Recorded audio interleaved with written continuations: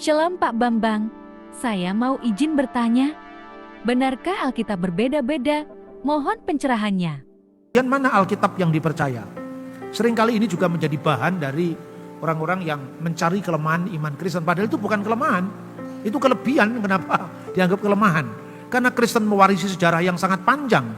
Mau disamakan dengan satu agama yang muncul dari satu zaman, ya tidak sama. Nah itu termasuk bentuk keterjebakan kita. Biasanya saya alihkan pembicaraannya supaya dia lebih berpikir mendalam. Yaudah Alkitabnya saja nggak sama. Katolik, Protestan, Ortodok nggak sama. Saya bilang siapa yang bilang nggak sama? Di seluruh dunia ini gereja Katolik, gereja Ortodok, gereja Protestan. Alkitabnya sama 27 kitab. Dari Matius sampai Wahyu nggak beda. Loh perjanjian lama itu kan Yahudi. Sebelum Kristen itu saya bilang itu. Gitu, paham yang saya maksud? Kristen hanya mewarisi Yahudi dan Yahudi itu sektenya banyak. Sekte yang bertahan ini hanya sekte Parisi sekarang ini. Yang bermetamorfose menjadi aliran Yahudi Rabinik. Ada orang Yahudi lain. Orang Yahudi Eseni di Laut Mati mengenal kitab Yesus bin Sirak dan sebagainya ditemukan di naskah-naskah Laut Mati. Ya kan? Ya itu contoh itu saya bilang. Nah sekte Yahudi itu pada waktu zaman Yesus. Itu kitab suci kita itu kanonnya belum tertutup. Karena kanonisasi Yahudi itu baru dilakukan setelah zaman Kristen. Yaitu pada pertemuan atau konsili di kota Yabne atau Yamnia. Itu tahun 90 Masehi. Nah Kristen itu kalau kita lihat dalam Kisah Rasul pasal 6 ayat 1. Di Yerusalem saja ada dua kelompok. Apalagi yang di luar Yerusalem. Orang-orang Yahudi yang berbahasa Yunani dan orang Ibrani. Siapakah orang Yahudi yang berbahasa Yunani? Mereka yang datang dari Alexandria, orang yang datang dari Siprus, mereka yang datang dari Asia Kecil. Setiap 3 tahun sekali mereka selalu datang ke Yerusalem, mereka bahasanya Yunani. Nah Alkitab dalam bahasa Yunani yang dikenal itu namanya Septuaginta. Itu Alkitab orang-orang Yahudi perantauan itu loh. Itu Septuaginta, di mana di dalamnya ada kitab Yesus bin Sirak, Makabe, 1-2 Makabe, kebijakan Salomo, memang ada itu. Katolik mewarisi Alkitab dari kaum diaspora ini sama Ortodok. Hanya Ortodok memelihara langsung teks yang namanya Septuaginta. Katolik mengambil Septuaginta yang sudah diterjemahkan oleh Hieronymus, namanya Vulgata Latin. Makanya kalau itu era dulu ya, era sebelum era ekumene itu. Orang Katolik menuduh Protestan ngurang-ngurangi kitab. Ganti Protestan menuduh Katolik menambah-nambahi kitab. Lalu dikaitkan dengan Wahyu pasal 22. Sekarang tidak ada lagi yang seperti itu. Buktinya apa? Lembaga Alkitab sudah menerbitkan kedua-duanya. Ini kan terbitan lembaga Alkitab. Lembaga Alkitab Indonesia.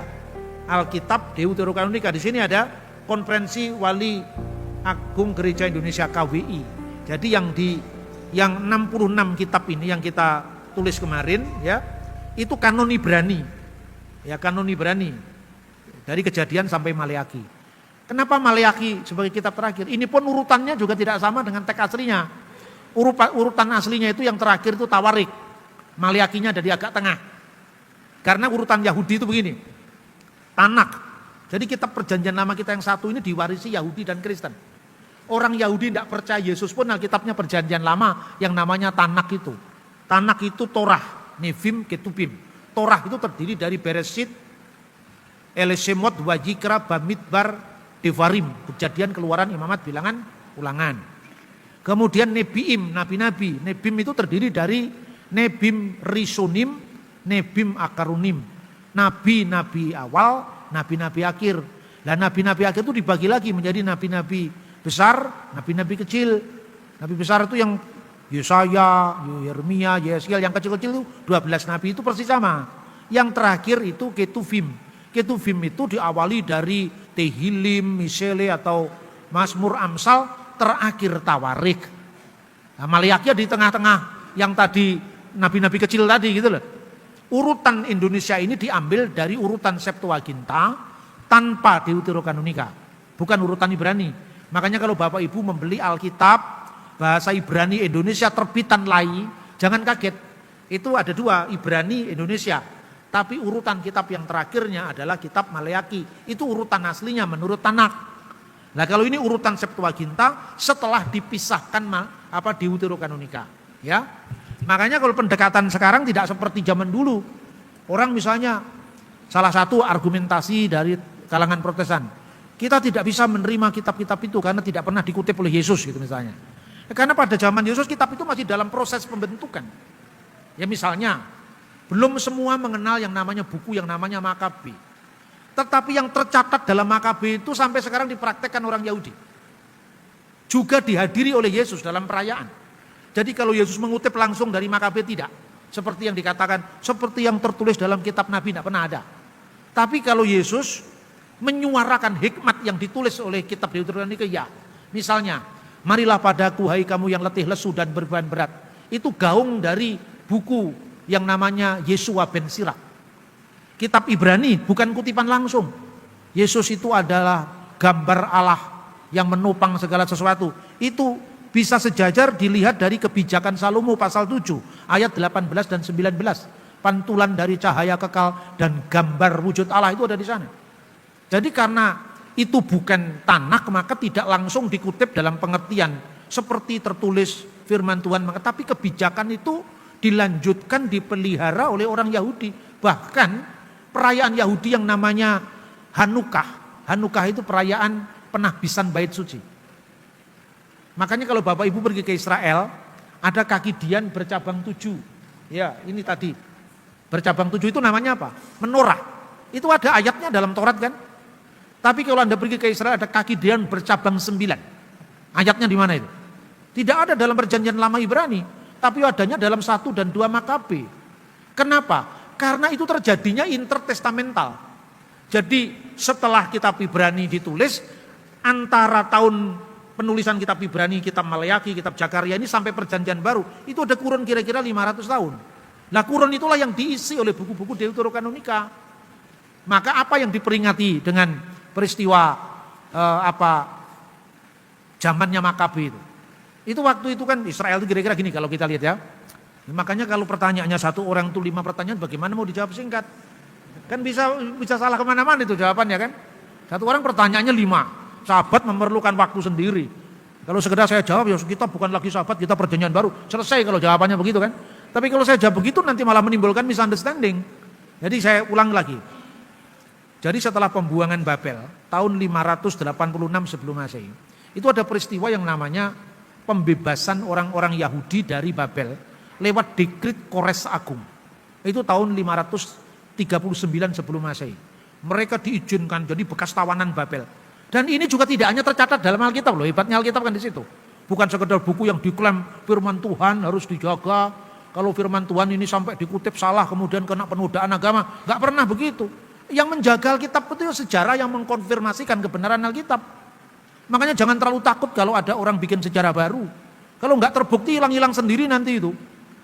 Tapi kita tidak boleh terlalu reaktif terhadap itu, biar saja semua akan diuji dengan sejarah. Asalkan kita tidak pasif ya. Kemudian dia mengeluarkan dekret itu yang intinya membebaskan orang Yahudi dari tawanan Babel oleh Nebukadnezar. Prasasti yang pertama itu namanya Prasasti Silinder Kores Agung.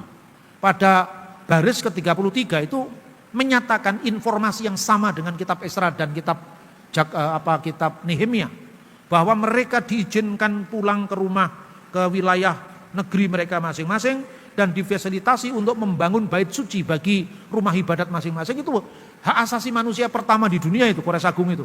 Lalu orang Yahudi masuklah kemudian ke zaman Esther, zamannya Mordekai, itu zaman Persia. Masih tercatat dalam buku Esther kan. Tapi begitu Israel jatuh ke tangan yang namanya Alexander Agung, nggak tercatat lagi di sini kan. Di Alkitab Perjanjian Lama Ibrani, tapi tercatatnya di Deuterokanonika. Daniel menubuatkan tentang 2 kerajaan utara dan kerajaan selatan. Itu kerajaan yang dimaksud itu adalah ketika Alexander Agung terpecah. Alexandria dikuasai dinasti Ptolemeus dan satunya Antioquia, Syria dikuasai oleh dinasti Seleukid. Nah, itulah masa di mana kitab Yesua ben Sirak ditulis.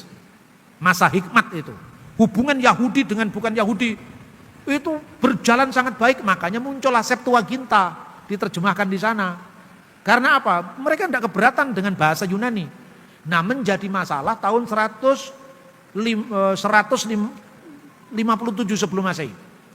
Ketika 167 sebelum Masehi, ketika apa? Raja Seleukid yang namanya Antiochus IV Epiphanes itu menajiskan bait suci. Orang Yahudi itu dilarang sunat, dilarang merayakan Sabat, dilarang mereka kalau ketahuan merayakan Sabat atau menyunat anaknya mereka dianiaya, lalu diletakkan patung Zeus dan Dionysius di bait Allah.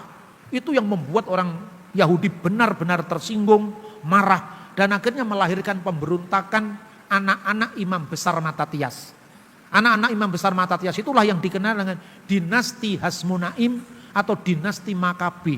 Kata Makabe yang tercatat dalam kitab Deuterokanonika 1 dan 2 Makabe itu asalnya dari kitab Keluaran pasal 15. Mika muka ba'elim Adonai. Siapakah yang seperti engkau di antara para ilah ya Tuhan, makanya Mika muka ba'elim Adonai disingkat Makabe.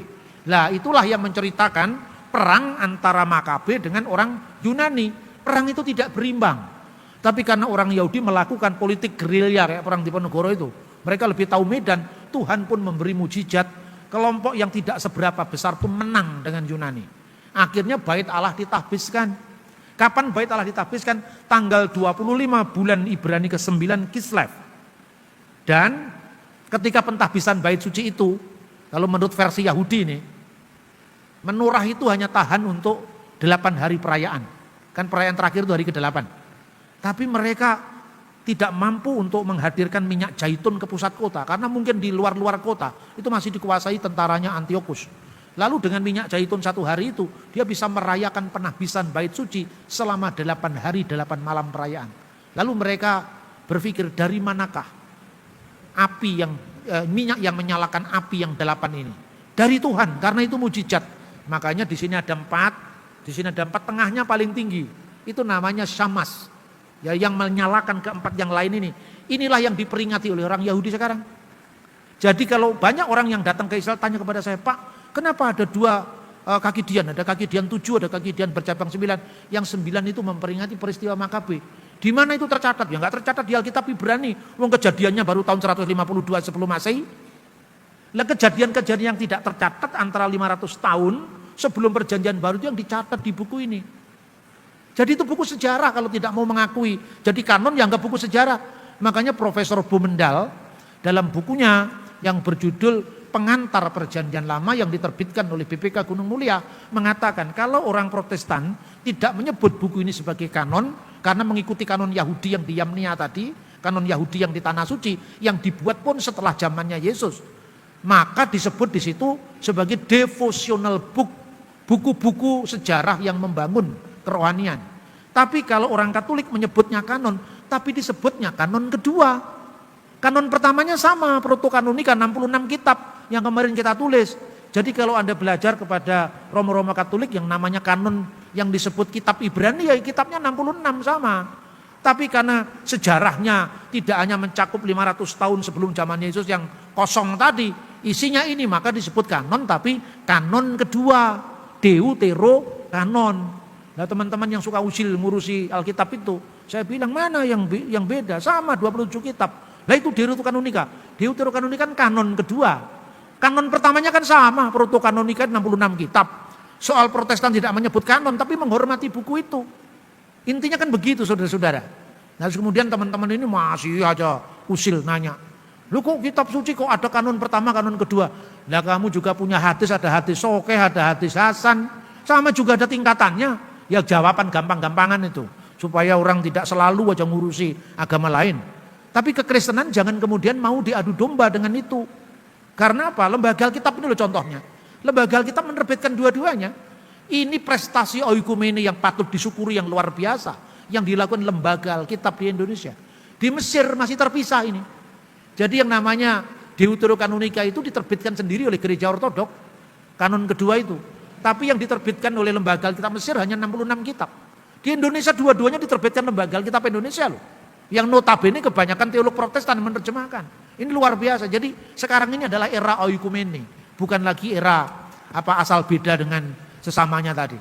Spirit itu yang saya bawa kemana-mana. Ut omnes unum sin.